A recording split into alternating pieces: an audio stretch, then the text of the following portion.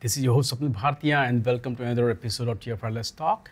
We are here at Open Source Summit in Dublin and today we have two guests representing the Life Energy. Lucian Balea, Open Source Program Director at RTE, Jonas Bogaard, Solution Architect and Open Source Ambassador at Alliander. Jonas, Lucian, it's great to have you both on the show. We have been talking to each other like remotely, for almost a year or so, but it's great to see you folks in person.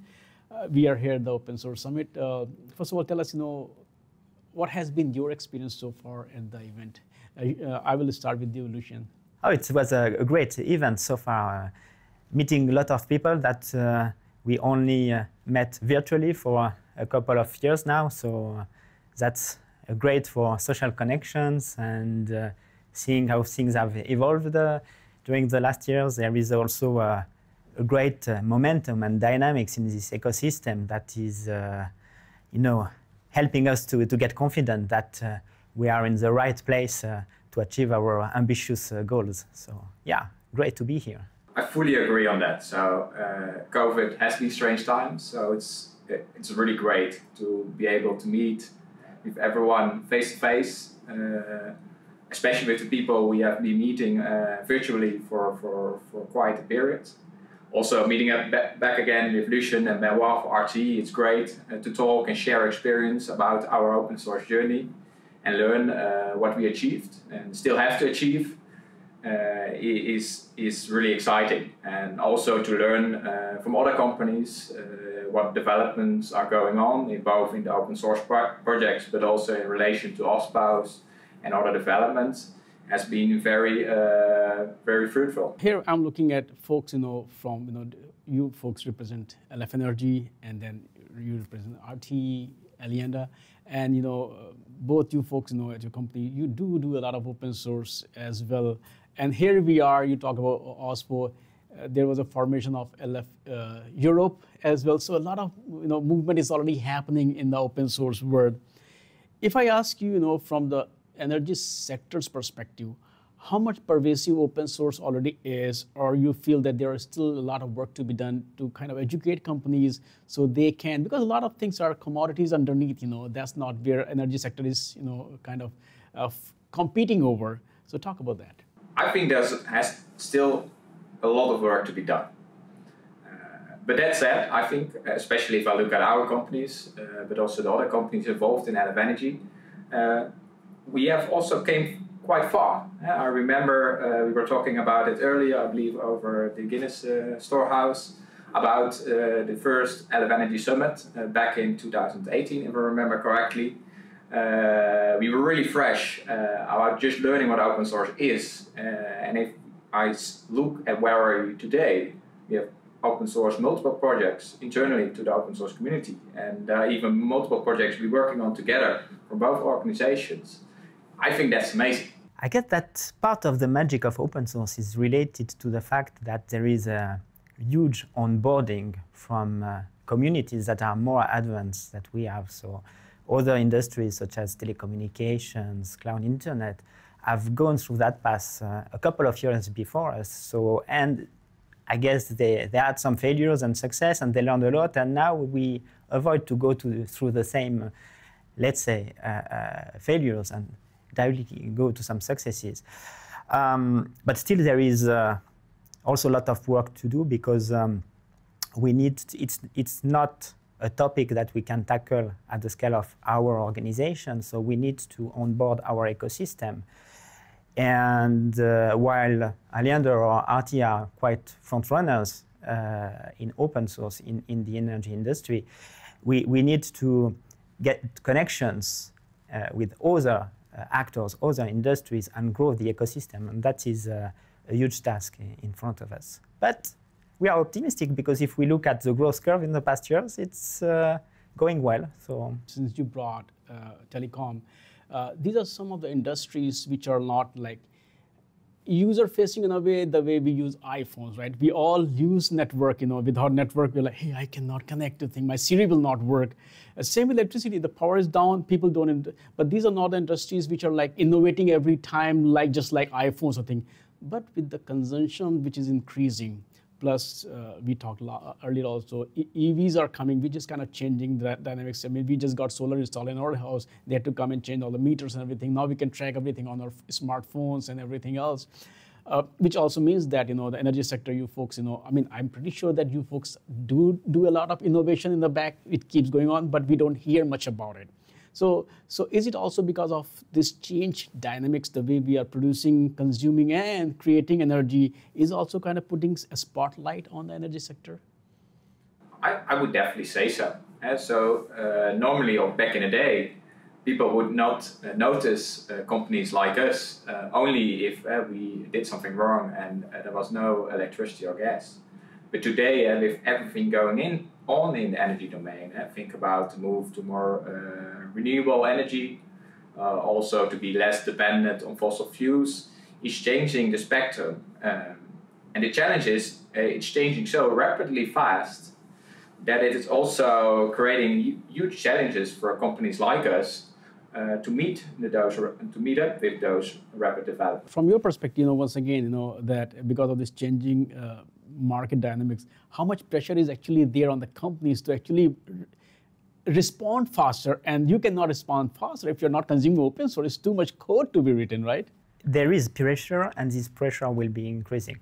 Well, in the recent days, the pressure has increased due to the geopolitical context, but we also expect that this will not calm down in the next years because of the climate change and all the stakes related to that. And for instance, if one looks at the reports of the International Panel on Climate Change, they have analyzed the consequences on various indicators, social or economic indicators, and these reports show that even if we meet the ambitious goals that we have, things will go worse. I mean, today we are in a yellow zone and it will become reddish. That means that the pressure on our companies to meet those goals will increase in the future. So that's an important stake for us. For sure, we don't want to be a blocking factor in that context. And that's where we need to shift from, let's say, in the past decades, it was a quite stable industry that had to optimize business as usual.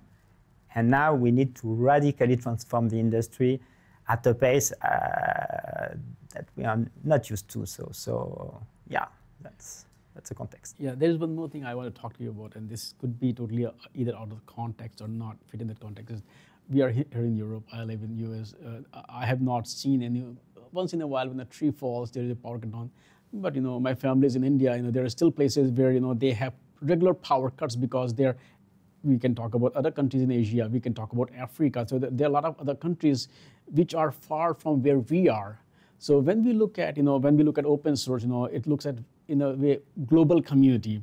So when I look at either LF Energy or some of these companies in Europe, do you also like looking at your peers in those other areas as well to help them? So the thing is, resources are there, but they're not optimized because once again, some of the technologies are either old, ancient, or not fully capable. I think that the open source model can be also an opportunity for these regions because today, let's say, in most advanced countries are more means for investment and to perform innovation and R&D, etc.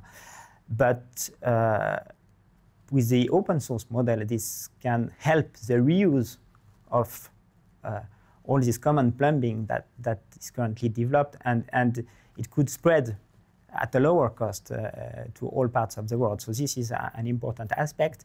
And also, it's an open community, and I'm pretty sure that it's easier for countries or organizations from countries that have less means to get a voice when you are part of a community and you don't need to build 100% your own. So the entry cost is much lower. So I think it's an opportunity for these regions. No, I fully agree on that. So I think open source is a great way to involve the global community, and both from a perspective to also get the innovative ideas that emerge in those developing countries into the spectrum, but also from the other way around, to make the developments we do from Europe or from the Americas make that available also for the developing countries to use and adopt. Is there any engagement that you feel that is going on, between either your companies or their alliance, because Europe, Asia, you folks, Europe is very well connected with both Asia and Africa.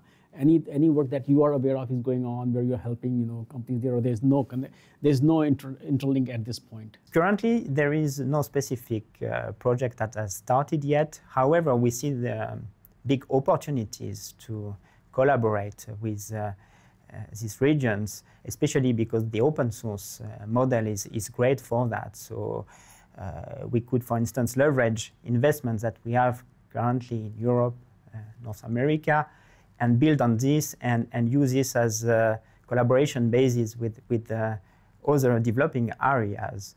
And our communities are open to everyone with inclusiveness principles and the fact, the recognition that also diversity brings value. So it's also something that we are looking to stimulate. So everybody is welcome, yeah.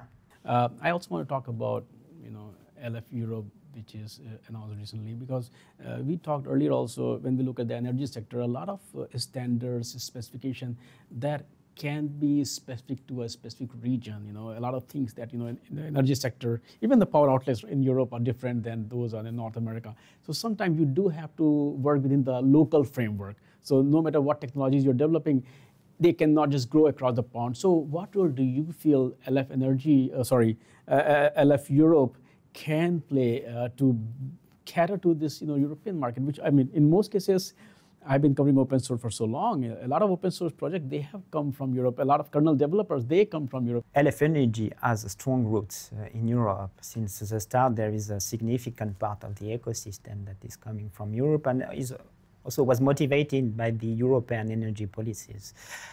And at the same time, when we joined at RTE, when we joined LF Energy and started collaborating with the Linux Foundation, there was some questions whether we should have a local foundation or directly globally. And we were convinced that in order to get maximum impact and leverage, we also need to articulate, let's say, the local stakes, local policies with what happens on the global scale where there is much more innovation, etc.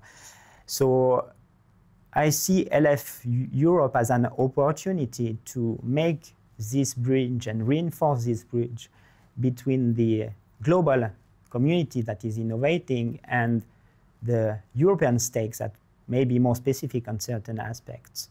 So making sure that what we are doing is fulfilling the needs of European policies is very important for us. Yes. Also, sometimes European, actually, the public sector in Europe is much more pro-open source as compared to North America. And sometimes the governments have a lot of funds. They are allocated only for the European organization, the European bodies. So you cannot even leverage those funds, or you cannot influence those. Hey, because you are a US-based entity. So that also plays a big role in having a local organization here. Once again, your take on that? Yeah, no, that's definitely what you mentioned is also an important factor in creating Linux Foundation Europe. To provide also that European entity that is necessary from some members to make that step to join in the Linux Foundation. And I hope personally, I think Linux Foundation Energy and the community around Linux Foundation Europe and other foundations is a really enabler for bringing open source. And it would be great that Linux Foundation Europe can help more members to join that effort. Lucian, Jonas, thank you so much once again for. I'm actually so glad to see you folks in person, face to face, because we have been talking for a year or more, but it's always on Zoom call, tiny window. So now we know who is taller, who is shorter, who has real beard, who has fake beard. So and when you meet in person, the chemistry is totally different, right? It's like puts the energy right into the conversation. So thanks for joining me today and have this discussion. And as usual, I would love to have you back on the show. I hope we can do more of these in person, but we'll see you each again maybe on another Zoom call. But I really appreciate your time today. Thank you for having us. Thank you, Swapnil. It's always a pleasure, and we'll have other opportunities, both virtual, but I hope in person to meet and discuss these challenging things.